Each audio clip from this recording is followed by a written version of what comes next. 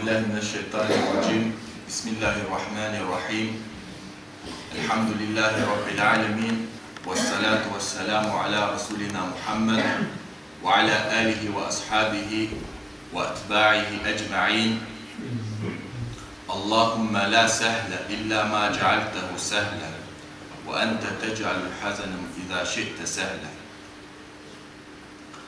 Скъпи братя, слава на Аллаха Азза ва Джал, Господара на световете, всемилостивият, милосърдният, владетелят на съдния ден, този, който ни създаде и ни прати на земния живот, за да ни изпита, и този, при когото един ден ще се възвърнем. Отправяме към Него най-искрените възхвали. След това отправяме специални поздрави към Неговият последен пратеник Мухаммад саллаллаху алейхи ва саллям, който беше изпратен, за да изведе хората от тъмнините към светлината, от заблудата към истината. Специални салавати към Него, към Неговото семейство, сподвижници и всички унези, които ще го последват с искреност до съдния ден. Слава на Аллах, който ни събра в този прекрасен ден,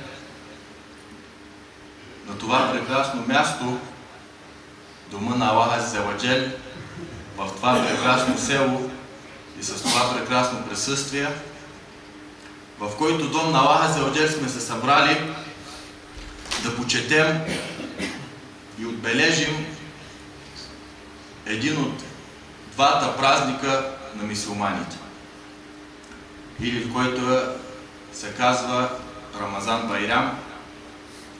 И този празник, както всички знаете, идва след едномесечен труд в уруч, в намаз, в ибадет към Аллах, и идва този ден, за да отпразнуваме благодата на Аллаха Азза ва Джал, за това, че ни е напътил, за това, че ни е дал тази религия.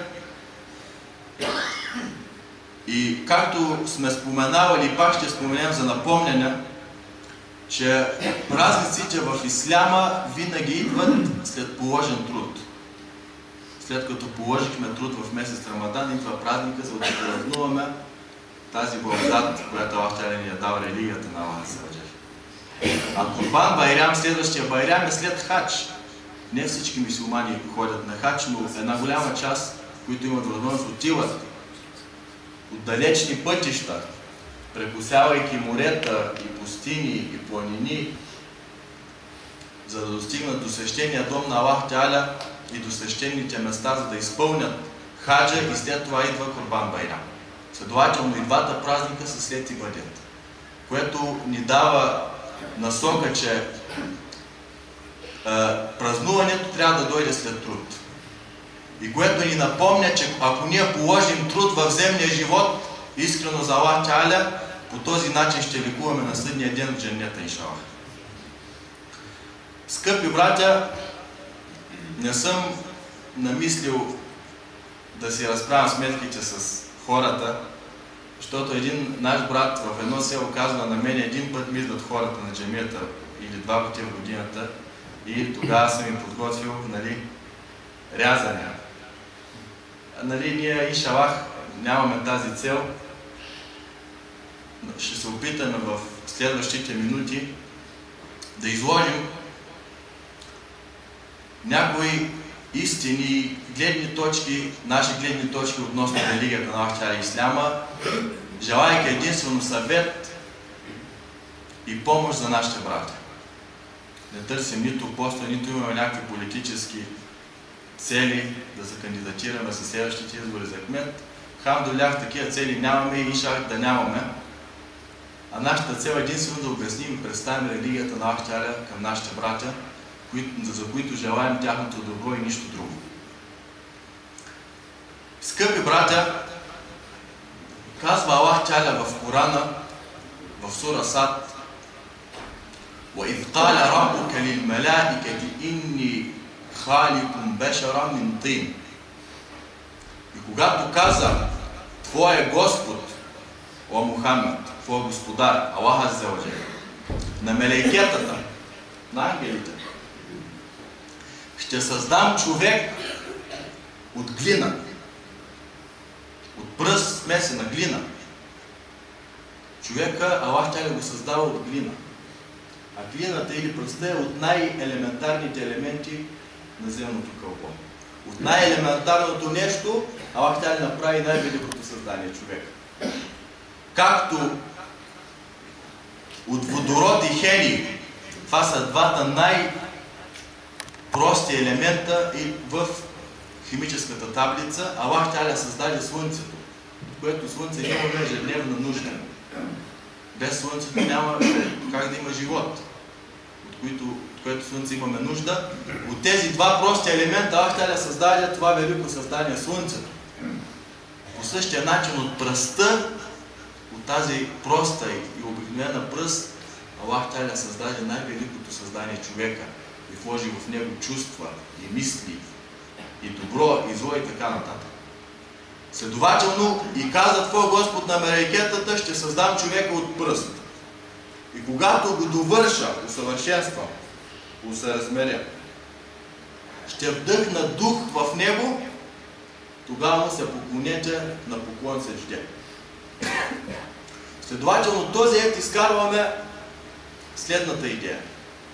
Че Аллах Тяля, създавайки човека, го създава с тяло и с дух. Пръста е олицетворение на тялото или на телесните и материалните нужди на човека. А духа, който вложи Аллах Тяля в човека, е олицетворение за душевните и нравствените нужди на човека. Следователно, Аллах Тяля, създавайки човека, го създаде дух и тяло. Човека има и материални нужди, да еде, да пие, полови страсти, така нататък, да има, да притежава, но има и духовни нужди. Да вярва в Аллах, да бъде нравствен, да иска справедливост, да бъде духовно извисен и така нататък. И в световната сцена или в световната история наблюдаваме сблъсък на две философии относно човека. Едната философия е духовната философия, която признава само духа на човека и отхвърля материална дял или материалната част от човека и се бори срещу нея. И другата философия, тя е материалистическата, която отхвърля духа и смята духа за илюзия и за въобразяемо и само обръща внимание на материалните нужди на човека. Материалистическата философия разглежда човека, че той е продукт на природата. Природата го е родила.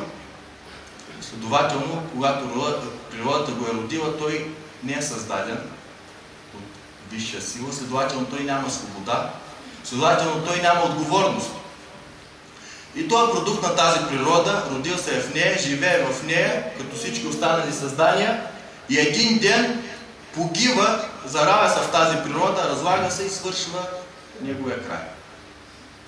Това е погледа на материалистическата идеология към човека. А духовната философия, която разглежда човека, тя вижда в материалните нужди на човека, отрицателно нещо, мръсно нещо, неприемливо нещо, затова отхвърля всички материални неща, от които човек се нуждае. Затова християнството забранява, не насърчава женитбата, позволява по принуда, защото няма как да продължи човечеството. Отхвърля, набляга или акцентира на аскетизъм и така нататък. И тук в това противопоставяне на тези две философии идва исляма като последната и универсална религия да събере между тези две противоположности. За да даде право на духовните нужди на човека и да ги задоволи, и да даде право на материалните нужди на човека и да ги задоволи. Или исляма е религия, която разглежда човека в неговия, ако може да се изразим, двуполюсен модел. дух и тяло.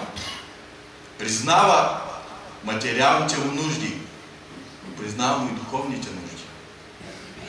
Признава материалните му нужди, телесните му нужди, и сторва за всяка една нужда или инстинкт в човека чист канал, по която тя да бъде задоволена.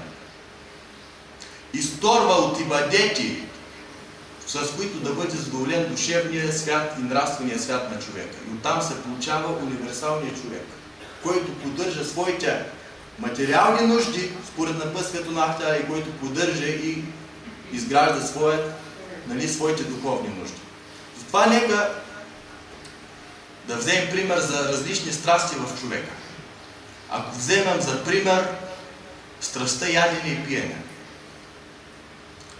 материалистическата философия разглежда тази страст като, може би, цел на съществуването. Да има благоденствие в обществото.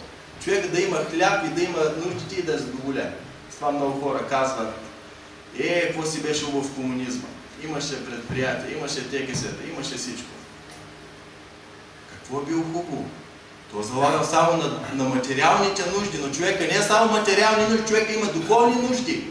Има нужда да вярва, да има свобода, да има нрав.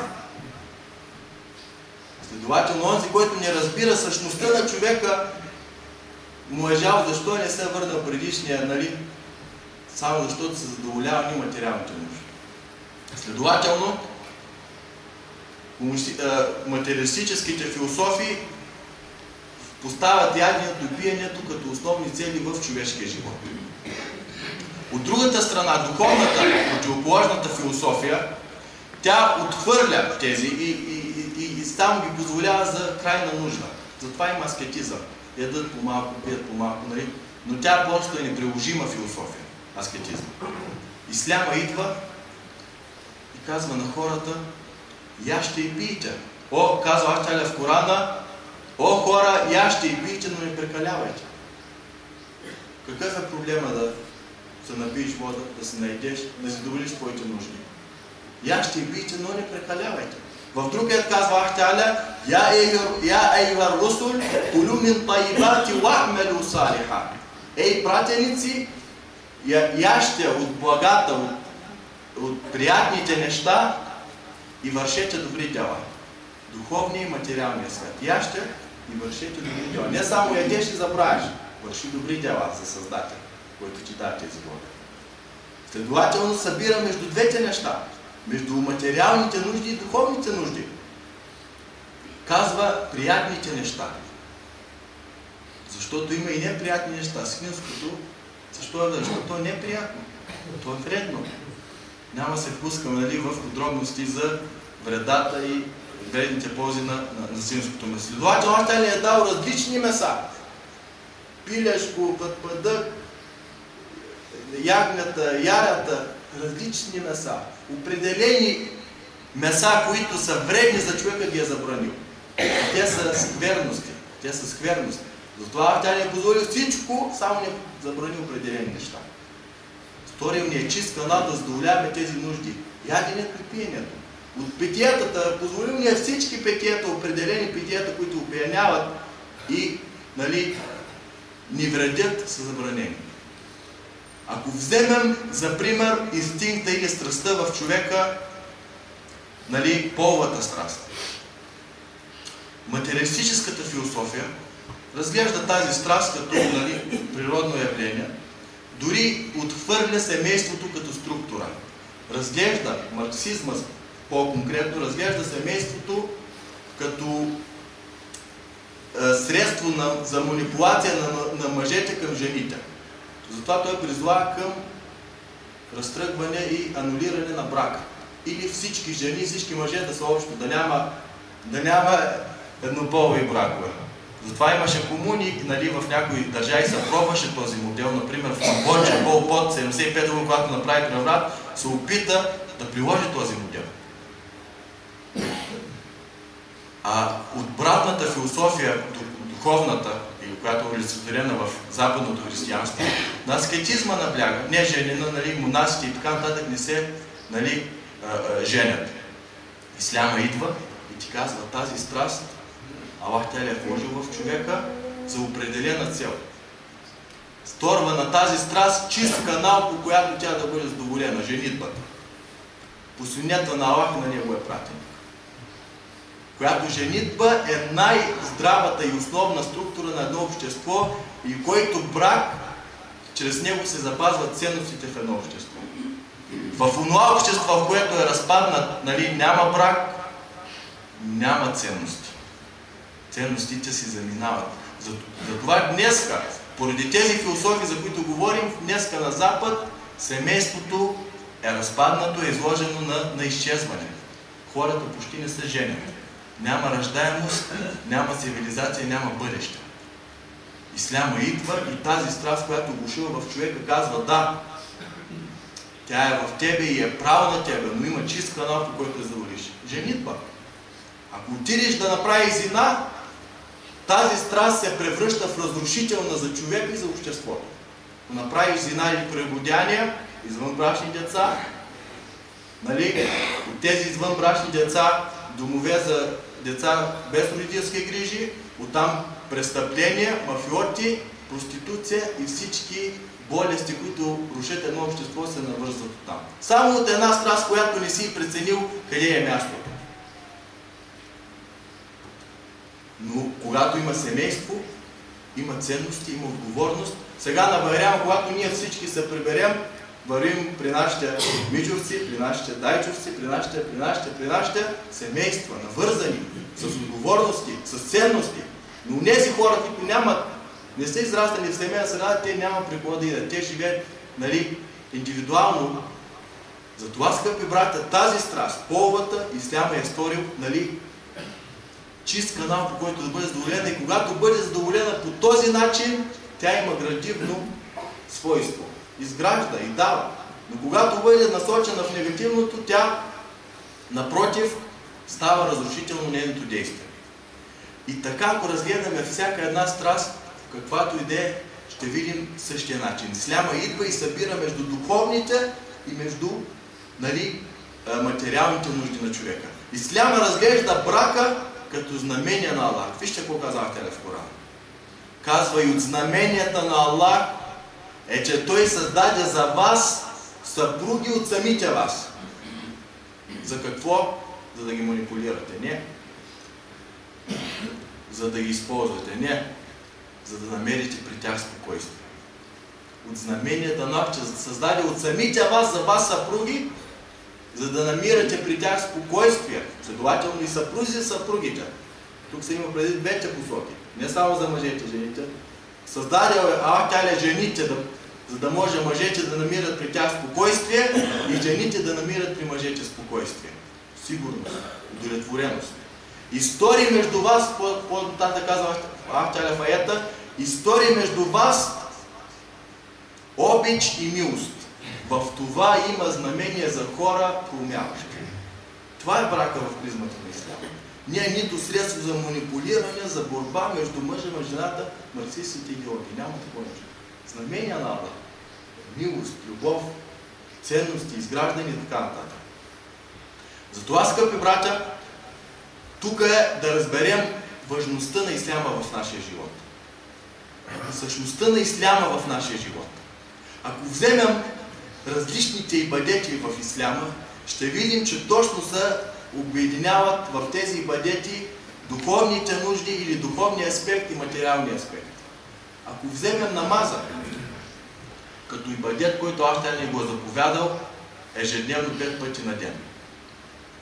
За да кланяш намаз, трябва да вземеш абдест. Абдеста е ритуално убиване на онези телесни части, които най-често се замърсяват в ежедневие.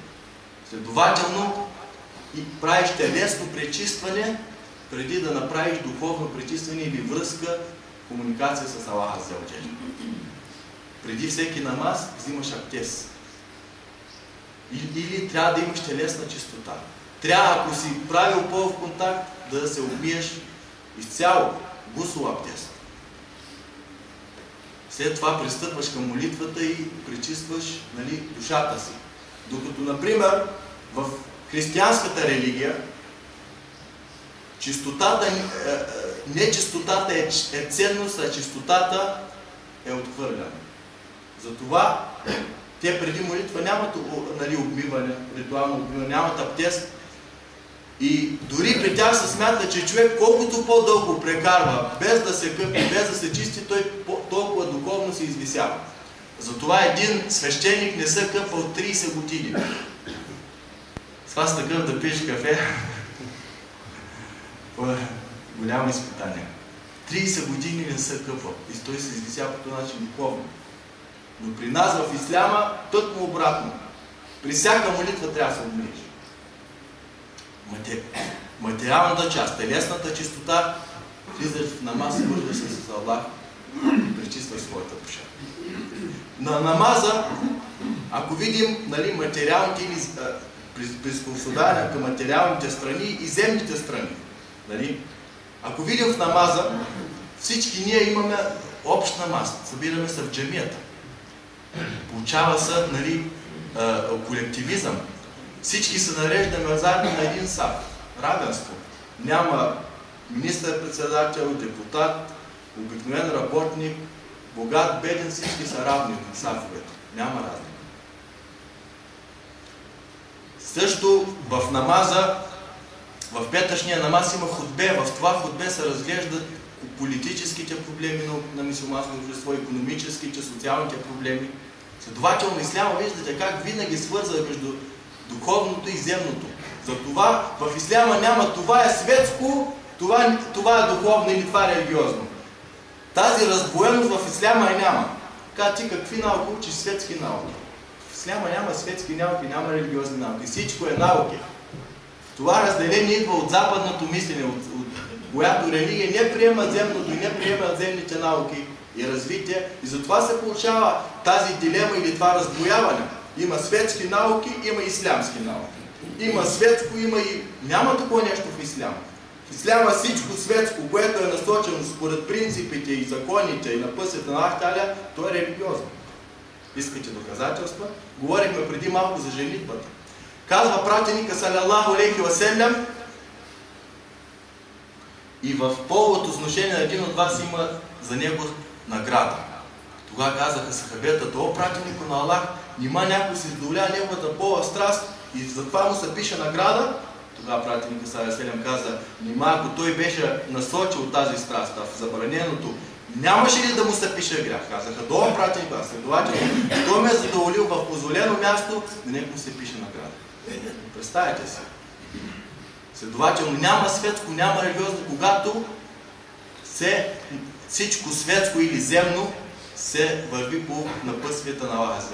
Затова намаза обединява между земното, обединява и между духовното. Двата свята ги поддържа. Ако вземем също за пример зекята. Какво означава зекята? Зекят в арабски език означава, в езиково значение, пречистване. Пречистване. Или това е даване на богатите хора, които имат определен размер пари, изчислено на 87 грама, около 87 грама злато и съответно колко му е стойността според паричните стойности, човек да даде 2,5%. Но зекята идва от думата пречистване. Защо? Защото зекята, скъпи братя, първо пречиства душевно този, който дава зекят. Пречиства неговата душа от скъперничество. Пречиства неговата душа, от егоизъм. Прави го да се чувства на другия. И зекята пречиства душата на този, който взима зекята също. Защото когато в едно общество се получи класово разделение, много богата класа и много бедна класа, какво се получава? Завист, омраза, ненавист. Когато минава някой с скъпа кола, ето, беля да му даря. Псува го отвътре, ненавижда го, не може да го види. Защото този живее в перфектно условие, този не може да се задоволи ежедневните нужди. Когато зекята намалява това разстояние. Пречиства душата на даващия, пречиства душата и на взимащия. Когато вземе зекят, казва Аллах да му даде повече, другата година пак да даде зекят. Разбирате ли? Как се получава това класово разделение, което се получава в обществата, се стопява с зекята. Зекята също решава икономическите проблеми. Бедността, която в момента е един от основните световни проблеми, зекята го решава. В момента в света над 2 милиарда души живеят с по-малко от $2 на ден. А в същото време 14% от населението в света държат 85% от ресурсите. Следователно се получила икономическа тромба на световен мащаб. Затова казвайки давай нали, в аят, в който се говори за разданието, казва и давайте на бедните и на сираците и така нататък, и накрая казва, за да не се въртят парите между богатите. Защото когато започнат да циркулират парите в определен кръг между богатите, се получава тромба. Със сирък, както в човека се получава със сирък на кръвта, има опасност за неговия живот, не спира циркулацията на кръвта, по същия начин се получава икономическа тромба. Започва циркулацията в определен кръг на парите да вари и нали, започва да запада икономиката и така нататък и да нарастват различни обществени проблеми. Затова идва зекята, за да раздвижи парите. Раздвижват се парите. Вижте, например, сега в Рамазан. В Рамазан даваме фитра накрая. За онези хора, които нали, са с по-ниско икономическо положение от средната класа в обществото, за да може на байрямските дни да не се чувства разлика. Да може всички да имат, да са задоволени на байрямските дни, да ги скарат радостно. Вижте как зекята пречиства душата на човека, на даващия, на взимащия, в същото време решава обществените проблеми на обществото. Духовното и материално. Ако вземем уруча, от който курс, интензивен курс излезнахме вчера, също пречиства душата на говещия, учи го на търпение. Когато човек се въздържа от храна, се научава на търпение, да търпи. Когато човек изгуби търпението, може да, ако някого ядоса, да му посегне и да го убие, да влезе с цял живот в затвора, защото не е изтърпял. Уручите възпитава на търпение. Възпитавата на съчувствие. Когато един човек постоянно е сит, не може да разбере нуждите на гладния, но когато огладнее, усеща какво е положението на гладния. Затова започва да съчувства на другите хора. Учите на съчувствие, учите на търпение, учите. Говорили сме много лекции за уруча. В същото време има и материални ползи, реализира уруча. Отпочива храносмилателната система. Подобрява се здравето на човека. И ползи много. Следователно, във всеки един ибадет виждаме духовните ползи реализира в човека и материалните ползи. Да вземем за пример хаджа, като последен пример от ибадетите. Защото примерите са безбройни, няма да ни стигне времето. Да вземем за пример хаджа. Хаджа също човек, който има възможност да иде един път в живота на Мекка, на хадж. Отива на хадж и храм с бели дрехи. Всички хора, министър-председател, президент, милиардер, беден човек, всеки, който е хаджия, надява тези бели дрехи. Получава се равенство между хората. Защото във всички населени места се гледа социалния статус на всеки. Той е дикъв си, той е дикъв си. То е възгордяване, надпреварване. Там няма такова нещо. Всички са облечени заедно. По този начин човек се чувства, се връща към неговата човечност. Човек, който се е възгордял в неговото място, където е бил, там разбира колко е безсилен и слаб. Сред тази тълпа, които са облечени по един същи начин, извършват едни и същи ибадети. Също хаджа раздвижва икономиката. На хаджа се колят курбани. Това е сезона за онези хора, които гледат стока. Започва да се продава. Също в аетите, с които се говори за хаджа, Аллах Тяля казва: и няма за вас притеснение да търсите благодат от Аллах. Защото когато отиваха сахабетата на хадж, търгуваха. И се получавахме в тях притеснения, може би да е грях. Вървим на хадж, път да търгуваме. когато Тя ни спасла и каза: и няма прегрешение за вас да търсите благодат от вашия Господар. Няма проблем да реализираш материалните си нужди и потребности и духовните нужди. Следователно, в заключение виждаме, че исляма е универсална религия, която е най-подходящата религия за човека. Човека като създание, което е създадено от дух и тяло, няма за него система на живот освен исляма. Затова, както забелязвате на днешно време, след провала на всички онези философии, които се опитаха да дадат алтернатива на човечеството, човечеството няма друга алтернатива и избор освен ислям. Затова в момента на Запада най-широко разпространената религия това е ислям. Ежедневно хиляди приемат исляма. Ежедневно. И известни личности. Ако дадем само някои имена. Уорън Бос, сестрата или балдъзата на Тони Блеър, на бившия министър-председател на Англия. Прочита Корана и приема исляма. Човека, който беше архитекта на войната в Ирак. В музикантите, Лун, рапър, известен рапър, приема исляма. Футболисти, знаете имената, приемат исляма. Актьори, мислители, учени. Най-големият враг на исляма в Германия, Бордър, Хенрик Бордър, който 2006 година пише книга "Кога ще се спрем исляма" или ислямското нашествие в Европа, 2008 година приема исляма. Все на България водя си да приема исляма. Може и да приема, да го напъти, иншалла. Това не с нас на вас. Бордър приема исляма, защото не вижда друга алтернатива и система за човешкия живот. Дори ще ви дам пример за човек, който тези идеи, които ги говорихме, цял живот е живял с тях и много дълбоко ги разбира. Това е Роже Гароди. Това от идеолозите на комунистическата партия във Франция, който почина преди един месец или преди месец или два. Почина на близо 100 годишна възраст. Този човек е от основателите на комунистическата партия във Франция и както знаете, 69-та година тази партия за малко да направи преврат и да вземе властта във Франция. 69-та година. Този човек 82-та година стига до това, че исляма е истинската религия, която може да даде щастлив и живот на човека. Приема исляма. И от приемането му исляма до ден днешен е написал над 50 книги за исляма. Голям философ. Рахмату алейхи, да се смели над него. Почина преди 2 месеца.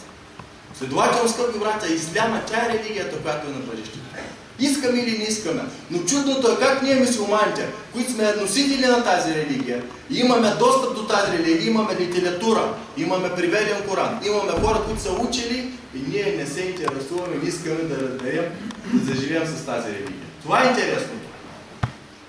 Хората, които са израснали, им говорено срещу исляма и са възпитавани да мразят исляма, стига до исляма и го приемат. А ние сме мюсюлмани, израснали сме, удостоени сме с тази благодат, имаме възможността да стигнем до истините на исляма и се колебаем. Затова казва Ахталя, вижте, потвърждение на думите, които казваме, казва Ахталя в Корана: "Валлади арсаля расуlahu билхуда ва динил хак лиюдхираху аля дини кулли валау керихел мушрикун." Той е Аллах Азза ва Джал, който изпрати неговия пратеник с напътствие и с истинската религия, за да я издигне над всички религии, дори да възненавиждат съпротивляващите. Исляма ще бъде над всички религии. И това са показателите за бъдещето. Исляма ще бъде приета мирно, с убеждения, с диалог, с мисъл, не с налагане.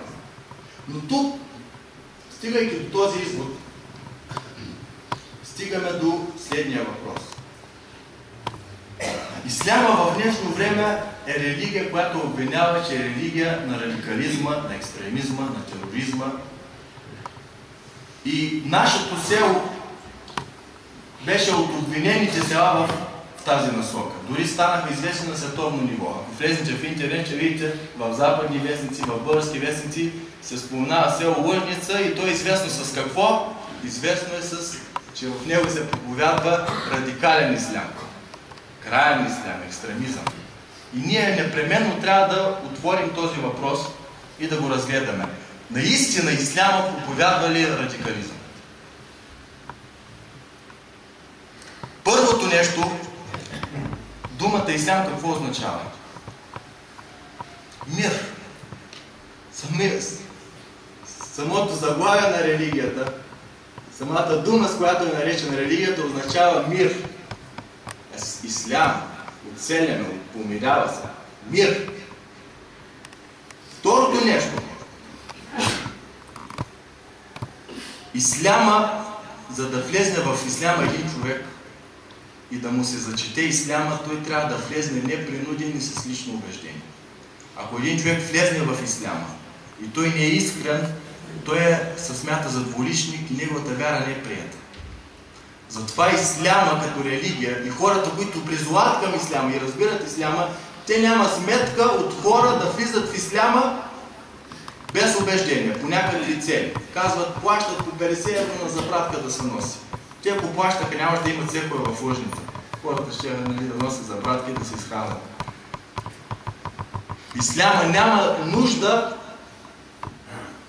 нужда от човек да влезне без да е убеден. Затова казва Ахталя в Корана: "Ла икраха фид-дин, кад табайяна ар-рушду минал гай." Няма принуждение в религията. Различи се истината от заблудата. Няма принуждение. Религията се приема с лично убеждение. Другото нещо, третата точка. Исляма третира или възприема убийството на човек, като все едно се убил цялото човечество.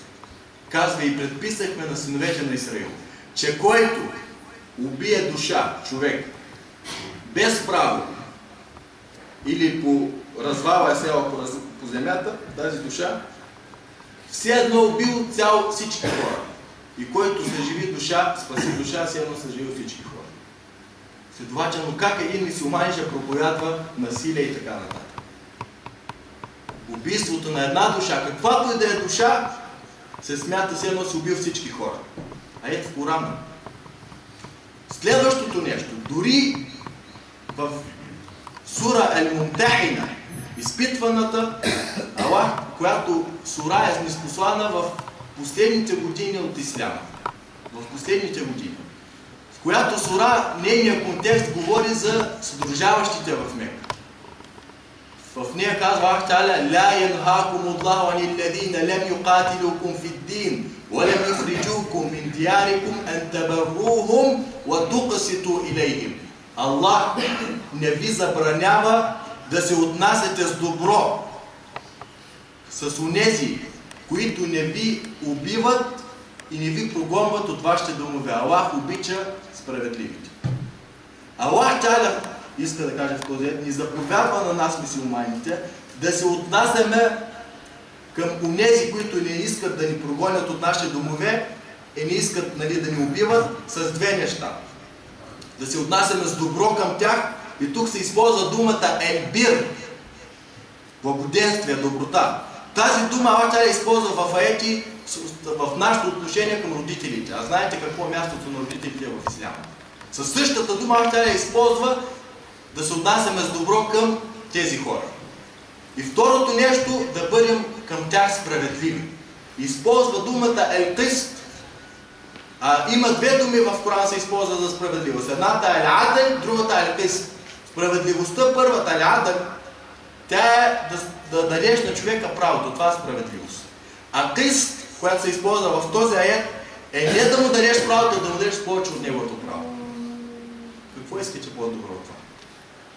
Да се отнасяш по перфектния начин с всички хора, независимо от тяхната религия, независимо от тяхната народност, само при условието, че той няма агресия към теб.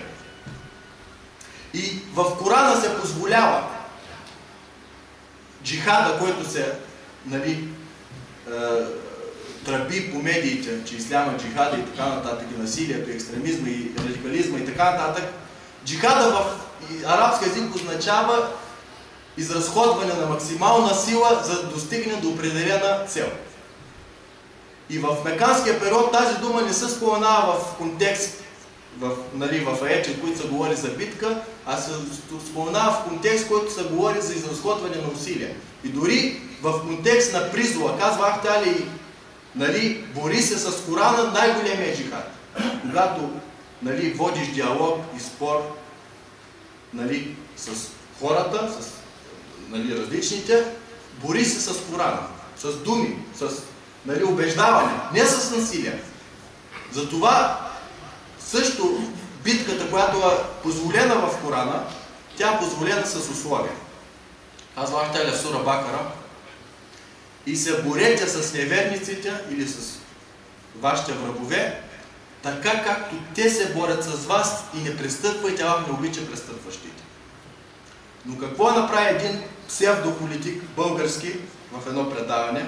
Излезна и каза: вижте, Корана проповядва насилие и убивайте неверниците. Обаче той не прочете втората част на аета. И той аета не убивайте, а борете се. Той първо превежда грешно аета. Второ, не довършва аета, защото аета казва: и се борете срещу неверниците, така както те се борят срещу вас. И не престъпвайте, Аллах не обича престъпващите. Значи не престъпвайте означава, ти не почва избитката. Ако той почне, ти тогава почваш. Обаче той скрива втората част и казва: ето, исляма проповядва насилие. Ето го Корана, 190 аета в сура Бакара. Казва Волтер, един западен философ, казва: дайте ми изречението на който да е човек и ще направя така, че да свърши неговия край на бесилото.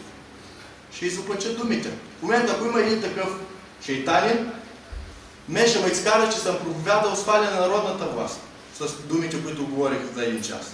Защото когато човек няма ценност, когато няма честност, когато няма обективност, когато няма тези ценности, взима една част от думите, изрязва друга част, спекулира, изменя, за да постигне неговата корисна цел. Затова, който иска да разбере исляма, ще разбере, че в исляма няма проповядване на насилие по никакъв начин. Единственият начин на исляма за неговото разпространение е с благи думи и с убеждаване. Който иска да заповяда в тази, който не ще, има си негов създател на съдния ден да го съди. Затова казва Ахтали в Корана, обръщайки се към пратеника Салем: им напомняй, ти си само за напомняне и не си на тях властваш. Не си на тях властваш. Идваш на човека и му напомняш: религия, исляма е прекрасна религия. Не иска, нямаш власт над него. Ти си само за напомняш: о Мухаммед. Аллах Таала се обръща към пратеника. Какво става за неговите последователи като нас? Имаме ли право ние да налагаме на хората? Нямаме право. Нашето право е само да им напомняме, ако те пожелаят. Следователно, скъпи братя, тези твърдения, които се обвинява исляма, че тя е религия на радикализма и на насилието, това е всичко спекулации. Това е всичко спекулации от хора, които не познават исляма. И затова е много жалко, ако някои мюсюлмани се повлияват от тези спекулации и вземат те да са отрабящите на тези. Исляма е религия на мира. Исляма е религия на свободното убеждаване. Исляма е религия на справедливостта. Лъжница, която е известна с ислямска радикализъм. Какъв е процента на престъпност? Колко кражби стават в лъжница? Колко убийства? Колко? Може би от най-малките проценти. Следователно, ако това е радикализъм, то трябва цяла България да стане радикална и ще се оправи. Нали? Следователно, скъпи братя, не искайки много да удължавам, защото времето ни притиска, исляма е религия на мира. Втората точка, която засегна. Тук идва друг въпрос, който искаме да зададем. Дали носенето на забратка, ходенето на джамия, това също могат да го сметнат за ислямска радикализъм? Ако това е ислямски радикализъм, ние се възпротивяваме и казваме: защо това да е ислямски? Какво е радикализъм? Къде е радикалното в това? Къде е? Това е част от религията. И ако ти смяташ това за радикално, значи ти не ни даваш правото ни в Конституцията да си изпълняваме нашите религиозни права. Следователно, тук се удря също на този момент. Носенето на забратка радикален ислям. Ходенето на джемия радикален ислям. Не знам си какво радикален ислям. Трябва да се знае какъв е исляма и че това наше право, което ни го дава Конституцията, нали? И няма право никой да бърка това с, ако има някакви наченки, проведено насилие. Не знам си какво може да се спомене радикален ислям и крайен ислям. Но когато няма никакви наченки, в течение на години идва се и тук се удря този момент. Следователно трябва да внимаваме и да не се подаваме. Другото нещо, което искам да засегна. Позицията на исляма спрямо образованието. Защото някои хора казват, исляма той води към невежество, той води към изостаналост, той иска да ни върне в средните векове и така нататък. Ако искаме да разгледаме религия, която насърчава и подбужда нейните последователи към наука, няма да намерим религия като ислям в тази насока. Защото думата знания в Корана е спомената 854 пъти. Думата разум е спомената 49 пъти за хора разумни. Думата размишляват е спомената 18 пъти. Думата разумни хора 16 пъти. За хора напомнящи, за хора, хиляди аети и знамения подбужда към знание и към мисъл. Корана е 6000 и нещо аета. От тези 6000 аета има не една четвърт акцентира на науката и на мисленето. Като имате предвид, че първата дума, която беше ниспослана в Корана, е чети. Почна ниспосланието на Корана с думата чети, размишлявай. Втората сура, която беше ниспослана, е Нун, Вал Калеми ва ма ястурун. Кълна се в Нун и в калема, в писалката и в това, което пишат. Писалката, която запазва наука и предава на следващите поколения. В последващата сура от първата сура Ар-Рахман аллама ал-Кур'ан халака ал-инсан. Кълна се всемилостивия, научи човека на Корана, научи човека, създаде човека. И така, като фаните в целия Коран, наука, развитие, и нема не гледате към планините, как бяха въздигнати. Нема не гледате към промяната на нощта и на деня, и движението на Слънцето и на Луната, всички се движат в определена орбита. Насочва човешката мисъл към Вселената, към небесата, към земята, към планините, към дъжда, към тревите. Няма книга, която да обръща внимание на науката като Коран. Следователно, това е религията, която ни насочва към наука. Но за съжаление, мюсюлманите са от най-слабите общности днес по отношение на науката. Мюсюлманите трябва да бъдат първи в науката, както бяха техните предци, когато се развиваха в Испания, развиваха астрономията и развиваха математиката. Арабските цифри, в които в момента се ползват, те са измислени от арабите, от мюсюлманите. Основоположника на социологията Ибн Халдун е мюсюлманин. Хората, които запазват гръцката философия и се привеждат на Запад, и оттам тръгва западния ренесанс, са мюсюлмани Ибн Рушд, Ибн Сина. Исляма и тези хора са направили тези научни постижения не за друго, а за това, че са били мобилизирани и потикнати от тази религия, от това послание. Днес към мюсюлманите те трябва да се насочат в науката. Защото когато сме далече от науката, ще бъдем манипулирани, ще бъдем обвинявани, ще бъдем подигравани, ще бъдем изолирани и не може да се защитим. Това е, скъпи братя, спасението. Да се фаним здраво за тази религия. Казва Автеля в Корана: о, вярващи, откликнете на Аллах и на Неговия пратеник. Зовът, който ще ви съживи. Ако тръгнем здраво към тази религия, ще се съживим във всички сфери. В нравствена сфера ще се съживим.